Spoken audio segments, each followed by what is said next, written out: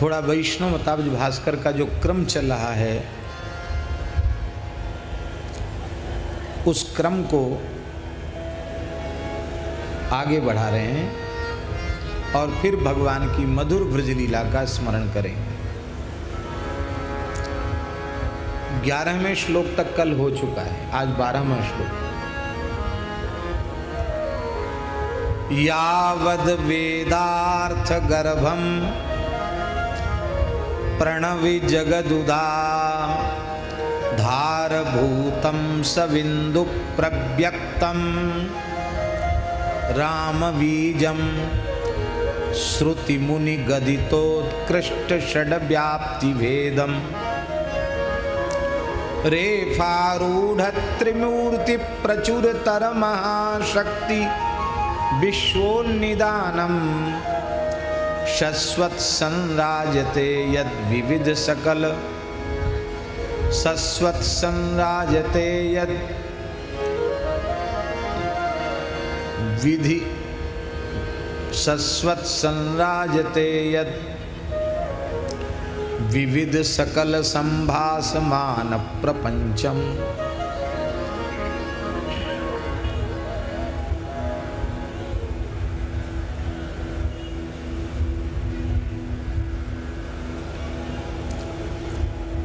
यावत वेदार्थ गर्भम प्रणव विश्वोन्निदानम श्रुति मुनि गदितोत्कृष्ट षड्व्याप्ति भेदम सविन्दुम यत् राम बीजम रेफारूढ़ त्रिमूर्तिम जगदुदाधार भूतम विविध सकल संभासमान प्रपंचम प्रचुरतर महाशक्ति प्रव्यक्तम शश्वत संराजते। इसका अर्थ है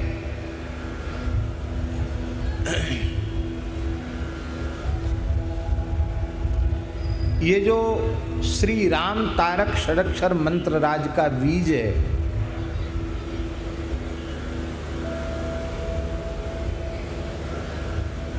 ध्यान में आई बात ना।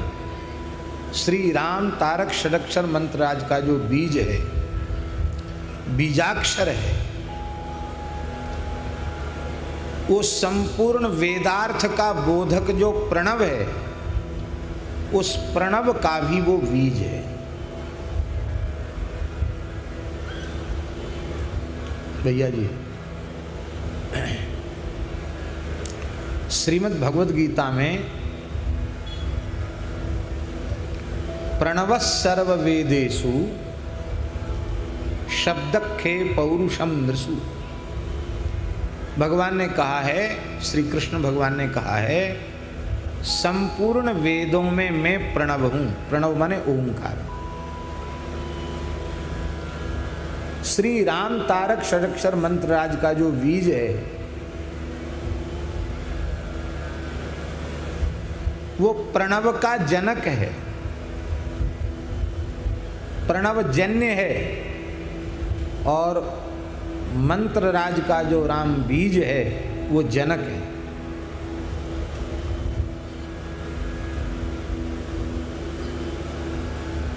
तो संपूर्ण वेदार्थ का बोधक प्रणव है, और वह प्रणव भी श्री राम तारक षडक्षर मंत्र राज के बीज से उत्पन्न होता है, प्रकट होता है। महारामायण में पार्वती जी ने शंकर जी से एक प्रश्न किया,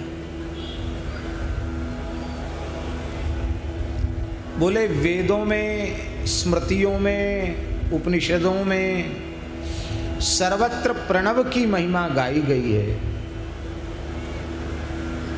और आप भी प्रणव की महिमा का बारंबार वर्णन करते हैं, लेकिन आप प्रणव क्यों नहीं जपते हैं? आप राम राम क्यों जपते हैं? बड़ा विलक्षण प्रश्न पूछा पार्वती जी ने। जब इतनी महिमा प्रणव की है तो आपको ओम ओम जपना चाहिए, आप ओम ओम न जप करके राम राम क्यों जपते हैं? शंकर जी ने कहा, देवी तुमने बड़े रहस्य की बात पूछी है, अब न बताऊं तो तुम मान कर जाओगी, रूस जाओगी। इसलिए तुम उत्तम अधिकारिणी हो तो तुम्हें हमें बताना ही पड़ेगा। भगवान शिव ने कहा, राम नामनो समुत्पन्नः प्रणवो मोक्षदायकः। हे देवी भगवती पार्वती, मोक्षदायक प्रणव राम नाम से उत्पन्न है।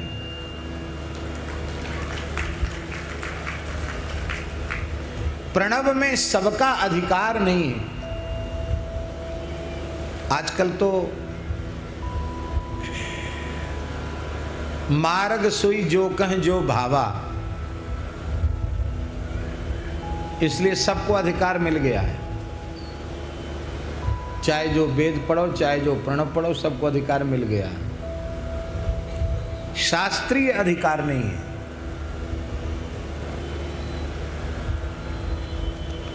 लेकिन राम नाम में सबका अधिकार है कि नहीं, बोलो? कृष्ण नाम में सबका अधिकार है कि नहीं?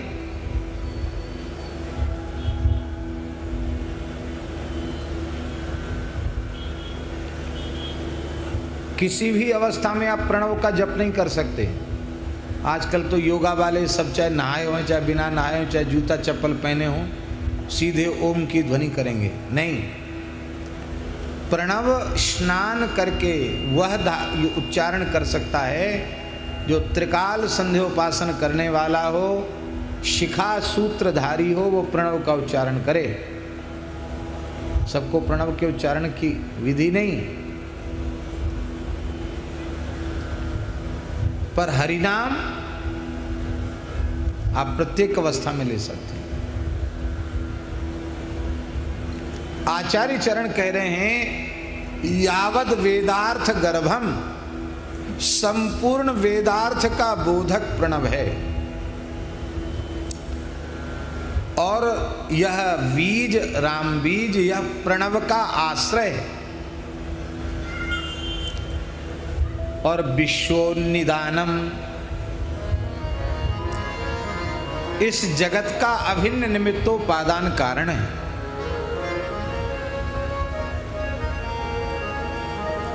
और महाराज जी ये कैसा है? वेदों ने, ऋषि मुनियों ने इसके महात्म्य का बारंबार प्रतिपादन किया है। और ये उत्कृष्ट 6 व्याप्ति वाला है और ये बिंदु युक्त है। बीज मंत्र जो है वो रा के ऊपर ऊपर एक बिंदी है, बिंदु युक्त है।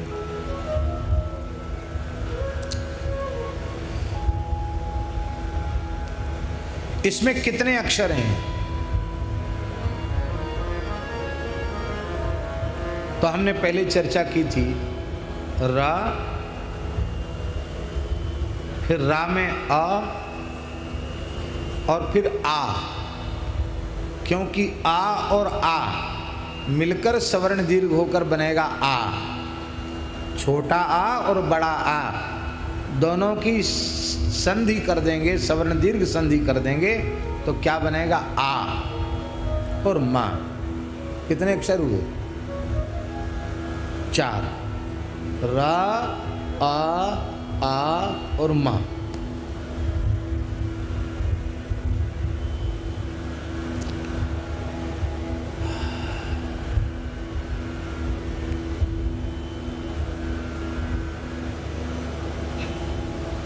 अब देखो रेफ क्या है। रेफ श्री रामचंद्र है, श्री रघुनाथ जी रेफ है।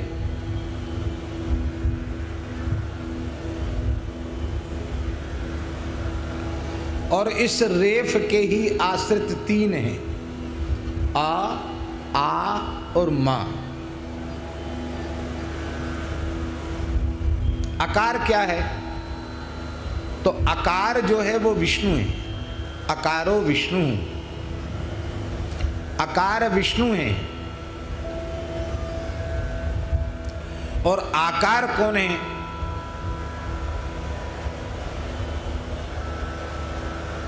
वो ब्रह्मा जी है। और मकार कौन है? वो शिव जी है। और रकार कौन है? रामचंद्र जी। तो रेफ के आश्रित आ और मा। अब देखो प्रणव में क्या है, आ ऊ और मा। आ में विष्णु, ऊ में ब्रह्मा और मा में महेश। ब्रह्मा विष्णु महेश, ये ब्रह्मा विष्णु महेश ही जगत के कारण है। ब्रह्मा जी उत्पत्ति का कारण है, विष्णु भगवान पालन का कारण है और शिव जी संहार का कारण है। और ये तीनों किसके आश्रित हैं? र के। इसलिए विधि ही विधिता, हरि ही हरिता, शिव ही शिवता जिन दई। अब इस महिमा का बोध नहीं होगा तो मंत्र जपने में भाव जगेगा? बोलो। राम जी कौन है?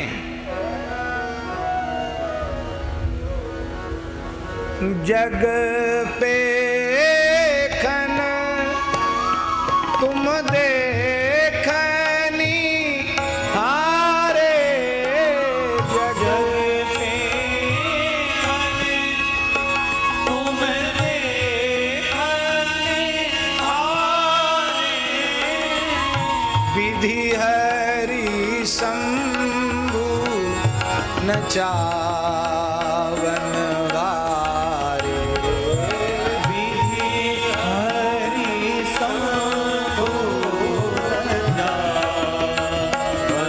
वारे, तेऊ न जानई मरम तुम्हारा,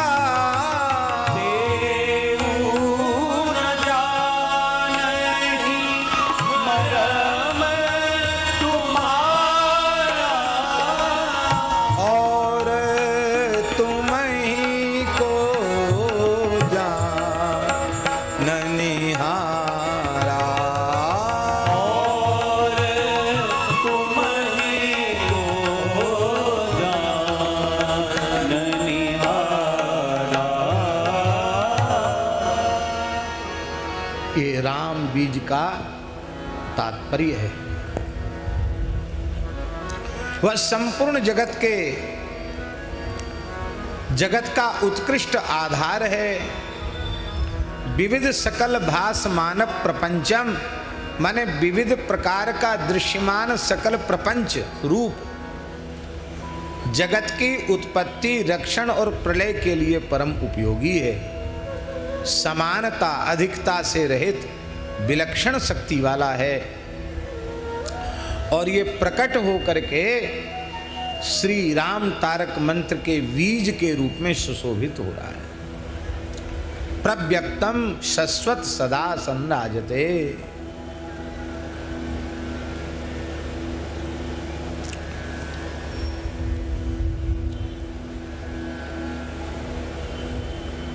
प्रणव से वेद उत्पन्न हुआ। बहुत ध्यान से सुने, प्रणव से ही वेद उत्पन्न हुआ। प्रणव से भी त्रिदेव उत्पन्न हुए और वह प्रणव श्री राम तारक सदक्षर मंत्र आज बीज से प्रकट हुआ है। इसलिए भगवान सब कारणों के भी परम कारण है। बोलो श्री रामचंद्र भगवान की जय।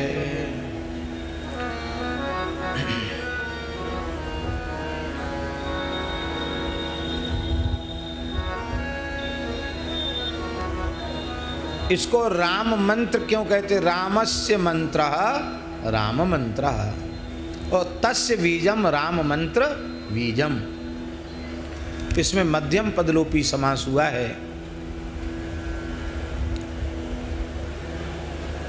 पुलस्त्य संहिता, पुलस्त जी का तो नाम जानते हैं कि नहीं? कौन? ब्रह्मा जी के पुत्र, मानस पुत्र पुलस्त। और वो पुलस्त के पुत्र विश्रवा और अगस्त्य जी, ये पुलस्त जी के पुत्र हैं, अगस्त्य और विश्रवा। और विश्रवा का पुत्र है रावण, कुंभकर्ण और विभीषण। इसलिए उत्तम कुल पुलस्त कर नाती, शिव विरंच पूजेहु बहु भांति। पंडित जी छोटा मोटा नहीं है रावण। अगस्त जी उसके खास ताऊ जी हैं, सगे ताऊ जी हैं अगस्त जी, खास ताऊ जी। कोई गाम के नाते से ताऊ जी लगते हो सो नहीं, पिताजी के खास सहोदर बड़े भैया हैं। पुलस्त संहिता में महर्षि पुलस्त कह रहे हैं, रामित्येकाक्षरम ब्रह्मा कारणम प्रणवस्य च। यह राम जो बीजाक्षर है, यह एकाक्षर ब्रह्म प्रणव का कारण है। ये पुलस्त महर्षि पुलस्त संहिता में कह रहे हैं।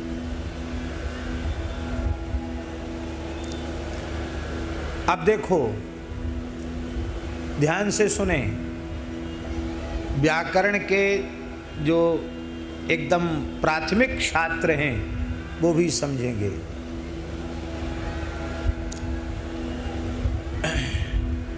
महर्षि पाणिनि का एक सूत्र है,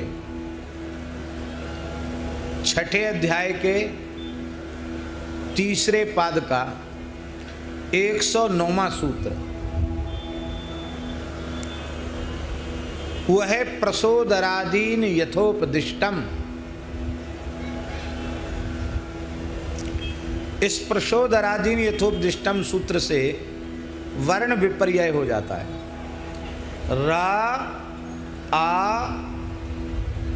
और मा, ये था ना, रा आ, एक तो रा आ, तो आ और आ मिलकर आ हो गया, तो रा आ और मा ये हो गया। अब प्रसोदरादीन यथोपदिष्टम से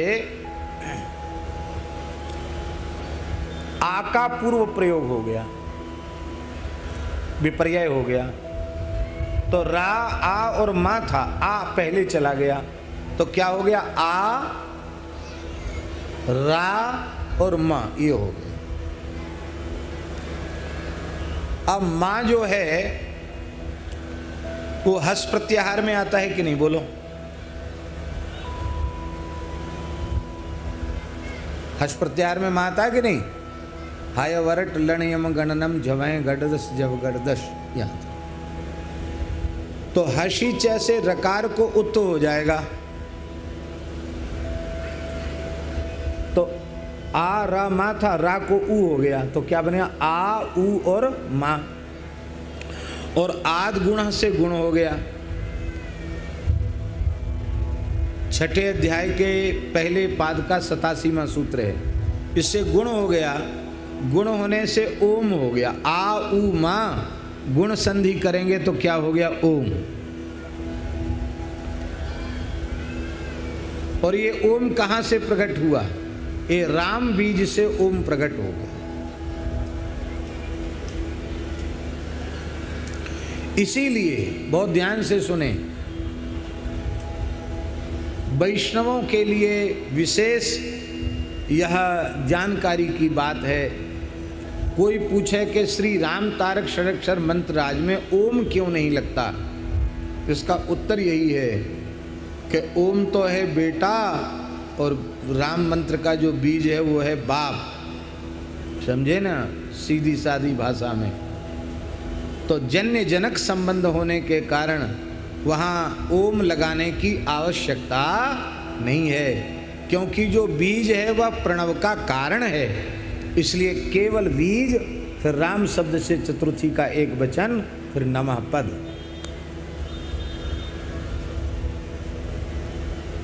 ओमकार लगाने की आवश्यकता नहीं है।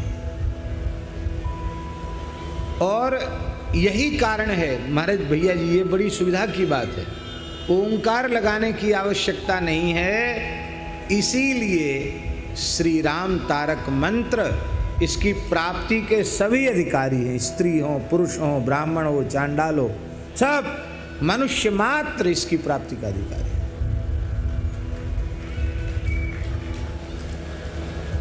वैष्णवता के नियमों का पालन न करे तो ब्राह्मण भी श्री राम तारक मंतराज की प्राप्ति का अधिकारी नहीं है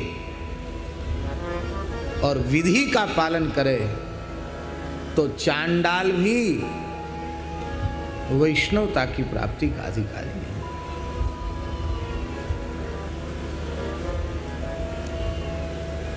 आपको सुनकर आश्चर्य होगा,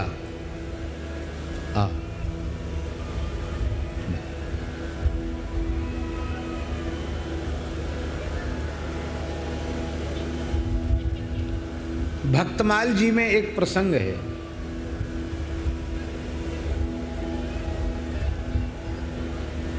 श्री हरिव्यास तेज हरि भजन बल देवी को दीक्षा दई।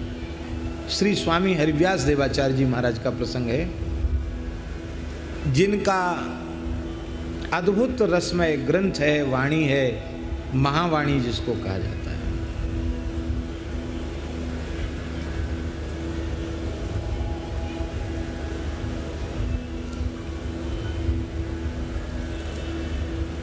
अद्भुत है।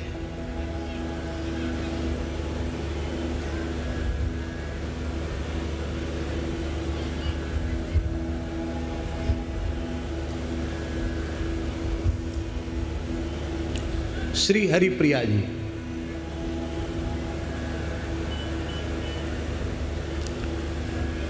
एक जगह जमात पड़ी थी, बहुत ध्यान से सुने, और भगवत शरणागति की महिमा, वैष्णवता की महिमा का वर्णन श्री स्वामी हरिव्यास देवाचार्य जी महाराज कर रहे थे। और वो कह रहे थे कि भगवान की शरण में जाते ही दूसरा जन्म हो जाता है। और उसी समय संयोग की बात है, एक चोर आकर के श्रोताओं के बीच में बैठ गया और राजा के सिपाही उसके पीछे पड़े थे। और भीड़ बहुत थी, भीड़ में आराम से चुपचाप एक तौलिया चद्दर ओढ़ के बैठ गया, कथा सुनने लग गया। प्राण तो सबको प्यारे हैं कि नहीं, प्राण बचाने के लिए।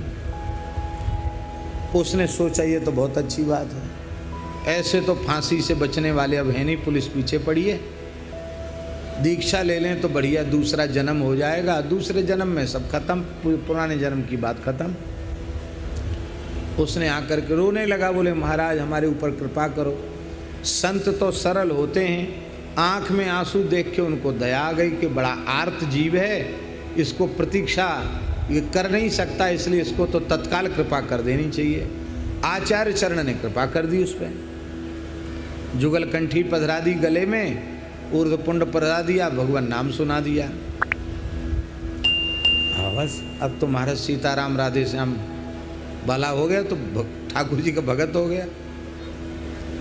और कथा पूरी भई के सिपाहियों ने उसको पकड़ लिया, राजा के सामने प्रस्तुत किया।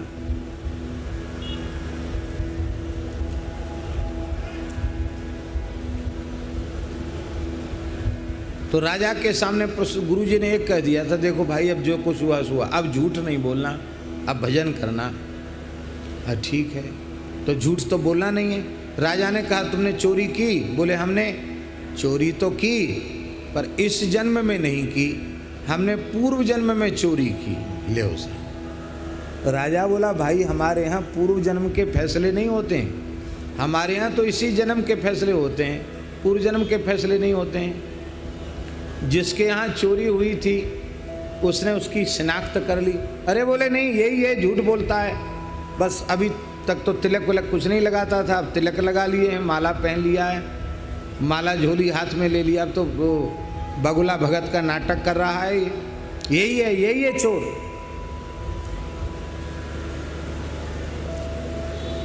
अब राजा बड़े चक्कर में क्या करे, तो उस राजा ने न्याय दिया कि लोहे का गोला आग में तपाया जाए, एकदम लाल हो जाए दाग करके, तब इसके हाथ में रखा जाए, क्योंकि सांच को आंच नहीं लगती। और ये 7 कदम चल के दिखावे, यदि इसकी हथेली नहीं जलेगी तब तो तुम मुक्त माने जाओगे कि तुम अपराध से मुक्त हो, और नहीं तो आज फांसी के फंदे से बच नहीं सकते, क्योंकि तुम्हारा बहुत अपराधों में नाम है। पर आचार्य चरण की कैसी कृपा, उसको विश्वास हो गया था कि महाराज झूठ थोड़ी बोलते, गुरु जी ने कह दिया कि पूर्व जन्म। तब तो उसने कहा कि मैं शपथ पूर्वक कहता हूँ कि इस जन्म में मैंने कोई पाप कर्म नहीं किया है। यदि ये बात सत्य है तो सांच को आंच नहीं आनी चाहिए। और महाराज हाथ में धाकता हुआ गोला लेकर 7 कदम चल गया। और राजा ने मुकुट उतार के उसके पैरों में रख दिया। बोले रे आप तो महान सिद्ध संत हैं, आपको चोर समझना ये तो अपराध है। सिपाहियों को बहुत फटकारा, अरे संत को पकड़ लाए। और जो कह रहा था कि नहीं यही चोर है, उसको कहा अब इसको फांसी पर चढ़ा, इसको दंड भोगना पड़ेगा। तो चोर बोला नहीं महाराज ये निरपराध है, वस्तुतः इसके घर में चोरी हुई है, ये झूठ नहीं बोल रहा है, ये झूठ नहीं बोल रहा है और तुम भी झूठ नहीं बोल रहे हो। हमारी तो बुद्धि चकरा गई कि हो क्या रहा है। तब उस चोर ने सारी बात बताई कि हम कथा सुनने बैठ गए, कथा में ये बात आई कि भगवान की शरण लेने से नया जन्म हो जाता है। तो हमने सोचा ऐसे तो बचेंगे नहीं, नया जन्म हो जाएगा तो बच जाएंगे। ये दीक्षा की महिमा है। और अब तो राजा ने दीक्षा ले ली, प्रजा ने दीक्षा ले ली। बहुत ध्यान से सुने। तो अब एक सफाई कर्मचारी था, झाड़ू लगाने वाला, स्वपच। उस स्वपच के मन में बड़ा भाव जगा कि उत्तम उत्तम लोग तो सब शरणागति ले रहे हैं, क्या करूं, मैं तो बहुत छोटे खानदान में पैदा हुआ हूं और हमें पता नहीं महाराज दीक्षा देंगे कि नहीं देंगे।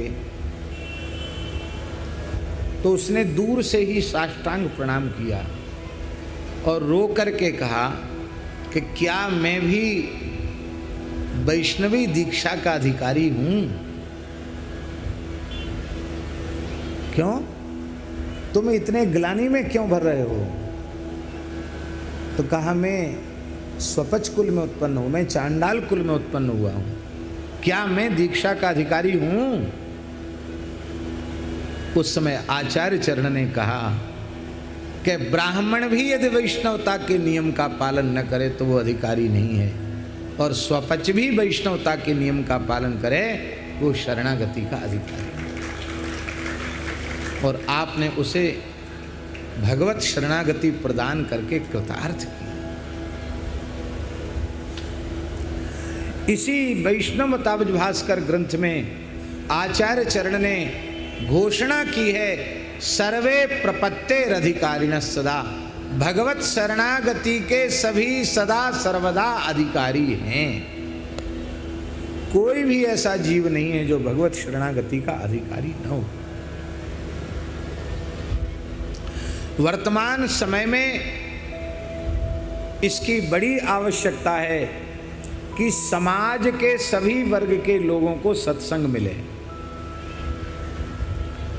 क्योंकि वे हमारे अपने ही लोग हमसे विमुख होते चले जा रहे हैं, हमसे दूर होते चले जा रहे हैं। और उसका मूल कारण है कि उन्हें सत्संग नहीं मिल रहा है। और बड़गलाने वाले लोग, बुद्धि को बिगाड़ने वाले लोग उनके पीछे लगे हुए हैं।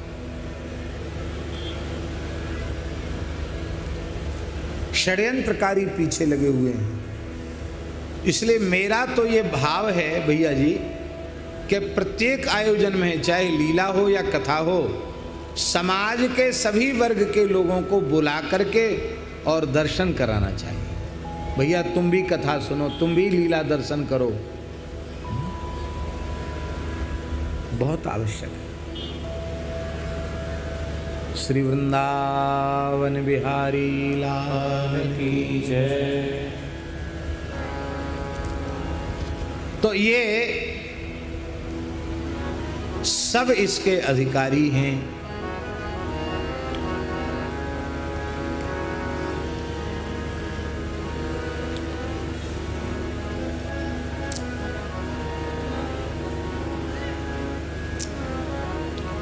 ये विश्वनिदान है। जगत के अभिन्न निमित्तोपादान कारण ब्रह्म है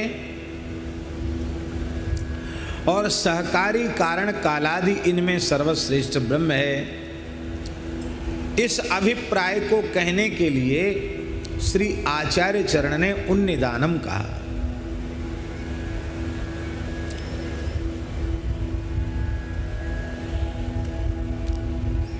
यह बीजाक्षर जो है वो वाचक है। जैसे प्रणव के बारे में कहा गया ना, तस्य वाचकः प्रणवः, तस्य वाचकः प्रणवः। ऐसे ही वाचक राम बीज है राम जी का, और वाच्य कौन है? वाच्य श्री राम जी। राम जी वाच्य हैं और बीजाक्षर उनका वाचक है।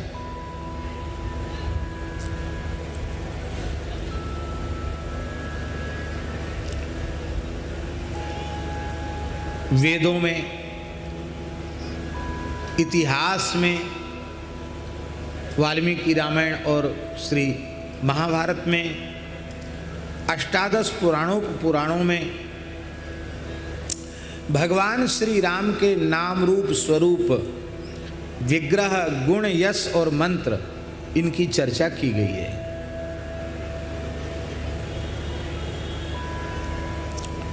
नाम, रूप, स्वरूप, गुण, यश और मंत्र, ये छह।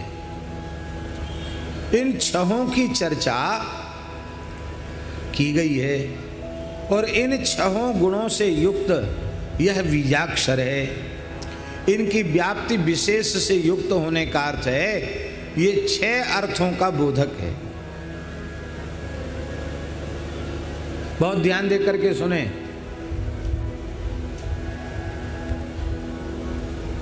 यह नाम का बोधक है, इसलिए केवल बीजाक्षर का जप करें तो भी वो नाम पूरा हो गया। नाम का बोधक है और रूप का बोधक है। उसी बीजाक्षर का ध्यान करते करते, स्मरण करते करते उसी से रूप का प्राकट्य हो जाएगा, उसी से विग्रह का प्राकट्य हो जाएगा और उसी से गुणों का प्राकट्य हो जाएगा। गुण भी उसी में है। उसी से यश का प्राकट्य हो जाएगा और उसी से मंत्र का प्राकट्य हो जाएगा। जब वेद का भी वह कारण है तो संपूर्ण मंत्रों का मूल तो वेद ही है। सारे मंत्र वेद से ही प्रकट हुए हैं। एतावता तो संपूर्ण मंत्रों का भी बीज है। सारे मंत्र उससे प्रकट हो जाते हैं। और महाराज जी ज्ञानानंद स्वरूप है। दिव्य मंगल विग्रह का, ज्ञान बलादि ऐश्वर्य आदि गुणों का और निर्मल यश का, मंत्र का, सबका बोधक है। बिंदु युक्त है। रा अक्षर, उसके ऊपर बिंदु है।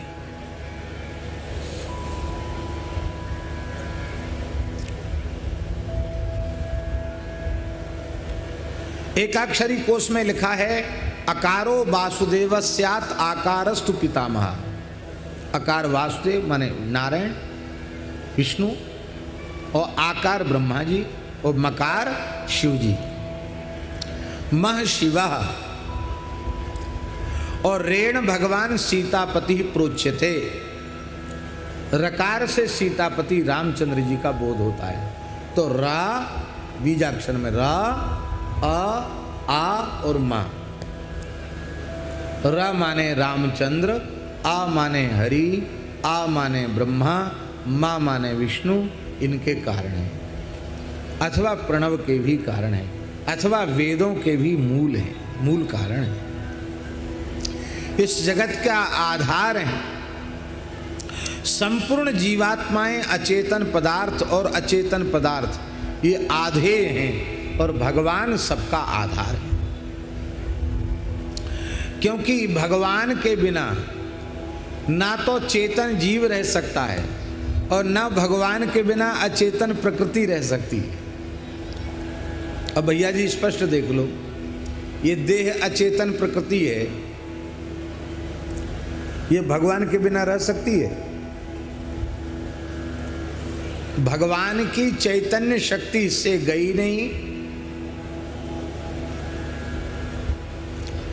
फिर चाहे महात्मा का ही शरीर क्यों ना हो, उसको छू के भी नहाना पड़ेगा, जनेऊ बदलना पड़ेगा कि नहीं? स्नान करना पड़ेगा कि नहीं करना पड़ेगा? फिर आंख नाक कान हाथ पांव तो सब जैसे के तैसे दिख रहे हैं, पर कहेंगे भैया जल्दी ले चलो जमुना जी के किनारे, भाग बढ़ो वृंदावन पायो, ले चलो भैया जल्दी।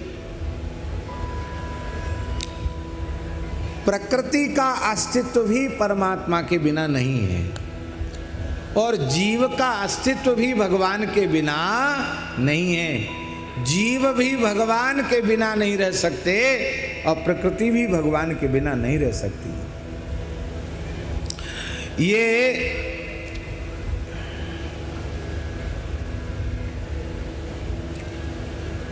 जीवात्माएं और अचेतन प्रकृति ये आधे है और भगवान इनके आधार है, आश्रय हैं। परमात्मा अपने स्वरूप और संकल्प से सभी को धारण करते हैं। भगवान की सत्ता के बिना किसी की भी सत्ता नहीं है, इसलिए समस्त चेतना चेतन आधे हैं और भगवान सबके आधार हैं।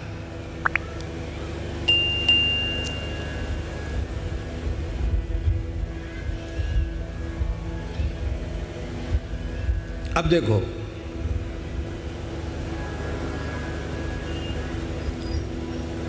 आपने वृक्ष लगाए, पौधे लगाए, लता लगाई, बढ़िया से बढ़िया मिट्टी है, बढ़िया से बढ़िया खेत है उपजाऊ, और आपने लगा दिया और उसमें आप पानी न डालो तो, जल न छोड़ो तो क्या वह पौधा वह वृक्ष लगेगा? नहीं लगेगा। जल तो छोड़ना पड़ेगा कि नहीं? पानी के बिना उसका अस्तित्व संभव नहीं है, जल तो चाहिए। तो जल पेड़ में, पौधों में, लता में प्रवेश करके और उस पेड़ पौधे लता का आधार बनता है। इसी प्रकार परमात्मा सब में, जड़ में भी और चेतन में भी, सब में प्रवेश करके भगवान सबका आधार बनते हैं। भगवान के बिना किसी का भी अस्तित्व नहीं है और सबका आधारभूत जो भगवान है वह बीजाक्षर में प्रतिष्ठित है।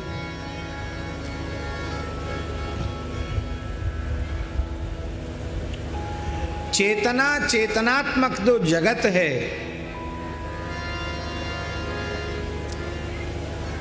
वह सब कुछ प्रपंच परब्रह्म श्री रामचंद्र ही हैं, भगवान से भिन्न कुछ नहीं है।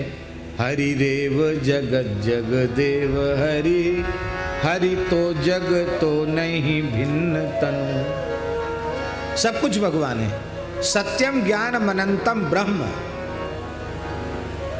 सत्यम चानिर्तंच सत्यम अभवत।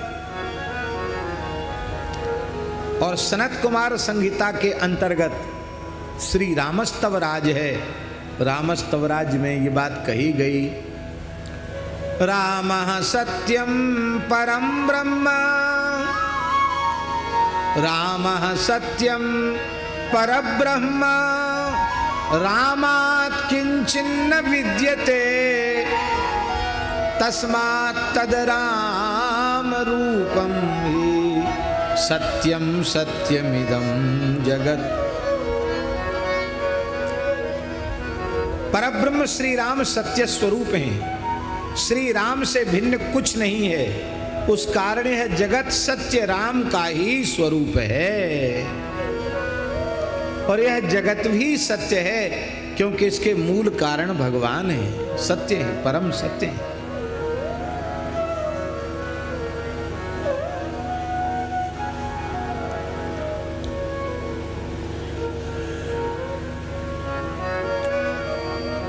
भोक्ता भोग्यम प्रेरितारंच मत्वा सर्वं प्रोक्तम त्रिविधम ब्रह्म में तत्। भोक्ता जीव, भोग्य जड़ पदार्थ और प्रेरक ईश्वर, ये तीन है। ईश्वर प्रकृति का स्वामी है, जीवात्मा का स्वामी है और ज्ञानादि 6 गुणों से परिपूर्ण है। प्रधान क्षेत्रज्ञ पतिर गुणेशा,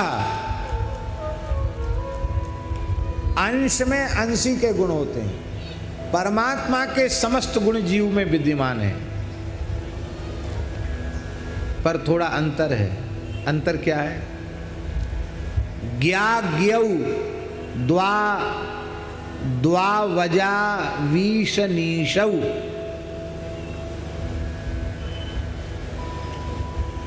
ईश्वर सर्वज्ञ है और जीव अल्पज्ञ। वो भी ज्ञानी तो है पर अल्पज्ञ है। जीव अल्पज्ञ है और ईश्वर सर्वज्ञ है। ये देह रूपी वृक्ष पर एक साथ रहते हैं जीवात्मा और परमात्मा। संसार रूपी वृक्ष पर भी एक साथ रहते हैं जीवात्मा और परमात्मा।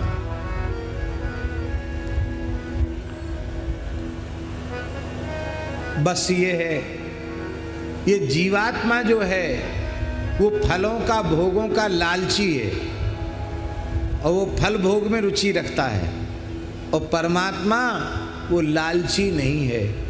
वो उस पर रहता हुआ भी उन भोगों के आकर्षण से सर्वथा शून्य है। अंतर है।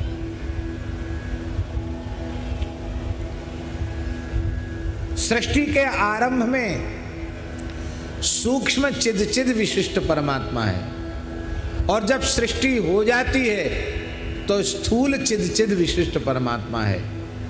बस ये भाव अच्छी प्रकार से जान लेना चाहिए, और वह सबके भीतर प्रवेश करके सबका नियमन कर रहा है। अंतः प्रविष्टा शास्ता जनानाम सर्वात्मा। पृथ्वी के अंदर रहकर पृथ्वी का नियमन कर रहा है।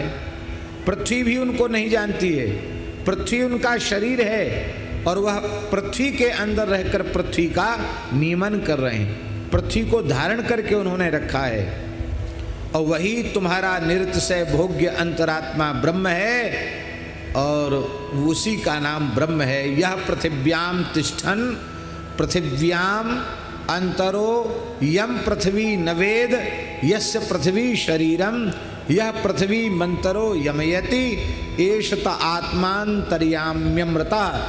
बृहदारण्यक उपनिषद की ये ऋचा है, उसी का ये भाव है। अब देखो, वो परमात्मा पृथ्वी में है। देह क्या है? क्या है भैया जी? देह ये मिट्टी तो है, धरती तो है, पार्थिव शरीर है, इसके भीतर है एक एक धमनियों में जो रक्त बह रहा है वो भी उसके कारण बह रहा है। बोलो, और वो चले गए तो सब बंद हो जाएगा कि नहीं? आंख नाक कान सब काम करना बंद कर देंगे। और सबकी गति है, सबकी गति है कि नहीं? किसको किस गति से चलना है ये भी वो वही कर रहा है भीतर से।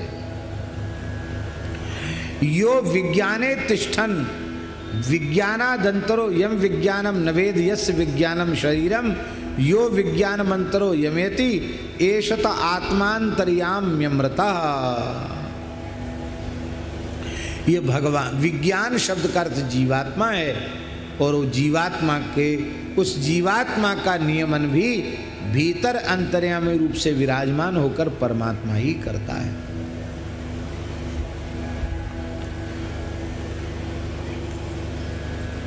भगवान शरीरी है और जीव और प्रकृति ये दोनों भगवान के शरीर हैं, ऐसा समझना चाहिए। और वह भगवान शक्तिमान है, संपूर्ण शक्ति के मूल आश्रय हैं। प्रचुरतर महाशक्ति से भगवान संपन्न हैं और ऐसे वह भगवान सत्य संकल्प हैं, सर्वशक्तिमान हैं। और वो भगवान श्री राम तारक मंत्रराज के बीज में प्रतिष्ठित हैं। आज भगवत कृपा से हमने संक्षिप्त श्री राम तारक मंत्र के बीज की चर्चा की है। श्री वृंदावन बिहारी लाल की जय। विषय थोड़ा क्लिष्ट है लेकिन सिद्धांत का विषय है और ये सबके लिए बहुत उपयोगी है, विशेषकर उनके लिए उपयोगी है जो मंत्र का जप करते हैं। उनकी श्रद्धा, उनकी भावना इससे और अधिक पुष्ट हो।